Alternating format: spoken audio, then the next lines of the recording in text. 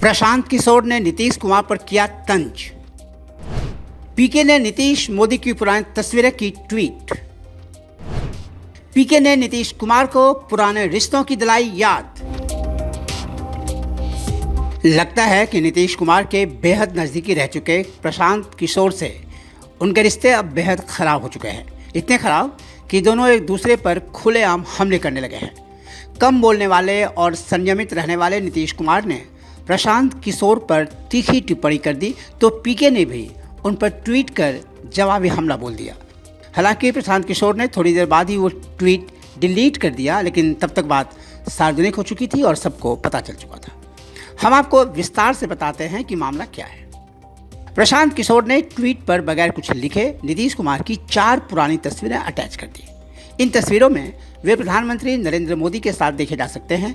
इन चारों ही तस्वीर में नीतीश कुमार नरेंद्र मोदी के सामने हाथ जोड़े खड़े दिखते हैं। समझा जाता है कि प्रशांत किशोर ने दिल्ली में हाल ही में नीतीश कुमार की टिप्पणी से नाराज होकर ये ट्वीट किया था। बिहार के मुख्यमंत्री ने पत्रकारों से बात करते हुए प्रशांत किशोर के राजनीतिक आकलन का मजाक उड़ाया था। वो आदमी तो मेरे साथ आया ना, लेकिन बाद में हम सुझाव दिए कि ये सब काम वो सब छोड़िए, नहीं माने। आज दूसरा देश भर में कितना पार्टी का काम करते रहे, तो उसका वो धंधा। अब बिहार में वो अपना जो करना चाहिए करे ना भाई, उसे क्या मतलब, उसके स्टेटमेंट का कोई अर्थ नहीं है। कोई मालूम है, देखिए एक बात जान लीजिए, आप उसके बोल रहे हैं उनके बारे में, तो उनको पता है, कुछ एबीसी मालूम है 2005 से क्या काम हुआ है। तो हाँ, ये लोग को मालूम है अपना पब्लिसिटी लेने का, स्टेटमेंट देने का और कहने का, ये सब का एक्सपर्ट है, वही सब अंड बोलते रहता है। कोई मतलब है क्या इन लोगों के चलते? और आप जान लीजिए, अगर कोई इस तरह की बात बोलता है तो आप समझ लीजिए मन होगा कुछ, बीजेपी के साथ रहने का मन होगा, बीजेपी का भीतर से मदद करने वाला मन होगा, और क्या ये सब चीज है। इसलिए सब चिंता मत करिए, सब कोई मतलब नहीं है। नीतीश कुमार की नाराजगी का कारण पीके का वो बयान था जो उन्होंने बीजेपी का साथ छोड़ राष्ट्रीय जनता दल के साथ सरकार बनाने के नीतीश कुमार के फैसले के बाद किया था। नीतीश जी बनना चाह रहे हैं ऐसा कोई उन्होंने बयान तो दिया नहीं है, और ऐसी कोई आधिकारिक घोषणा या ऐसी कोई आधिकारिक चर्चा हम लोगों को दूसरे नज़रियों से भी, दूसरे स्रोतों से भी कुछ सुनने को नहीं मिली। ये तो मीडिया में ऐसी बात चलाई जा रही है, स्पेकुलेशन की बात है। जो घटना अभी बिहार में हो रही है या कल से शुरू हुई है, मैं उसको बिहार स्पेसिफिक मानता हूँ।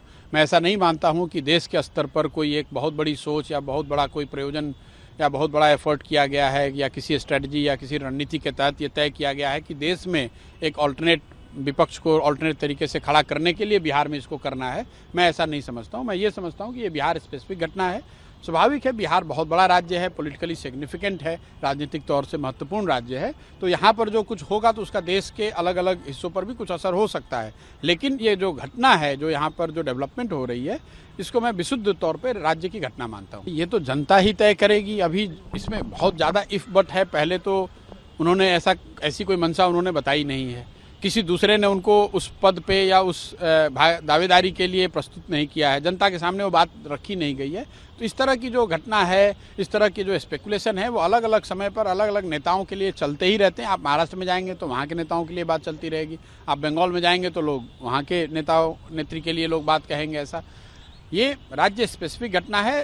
राज्य में किसी नेता का, किसी पॉलिटिकल फॉर्मेशन का आना जाना वो एक घटना है, और उसका नेशनल इम्पैक्ट होना वो दूसरी बात। पीएम मटेरियल है या नहीं सर, ये मैं जानना चाहता हूं। भाई पीएम मटेरियल, पीएम कोई किसी का क्लर्क तो है नहीं, मेरा एम्प्लॉय है नहीं कि मैं उसको सर्टिफाई कर दूं कि ये योग्य है हमारे एम्प्लॉय बनने के। पीएम मटेरियल इस देश के करोड़ों लोग मिलकर तय करते हैं कि कौन पीएम मटेरियल है और कौन पीएम बनेगा। इसको कोई व्यक्ति, कोई समूह अकेले बैठ के इस तरह का कमेंट करना कि कौन पीएम का योग्य है और कौन नहीं है, संविधान के मुताबिक हर वो व्यक्ति जो साउंड माइंड का है, एडल्ट है, वो योग्य है।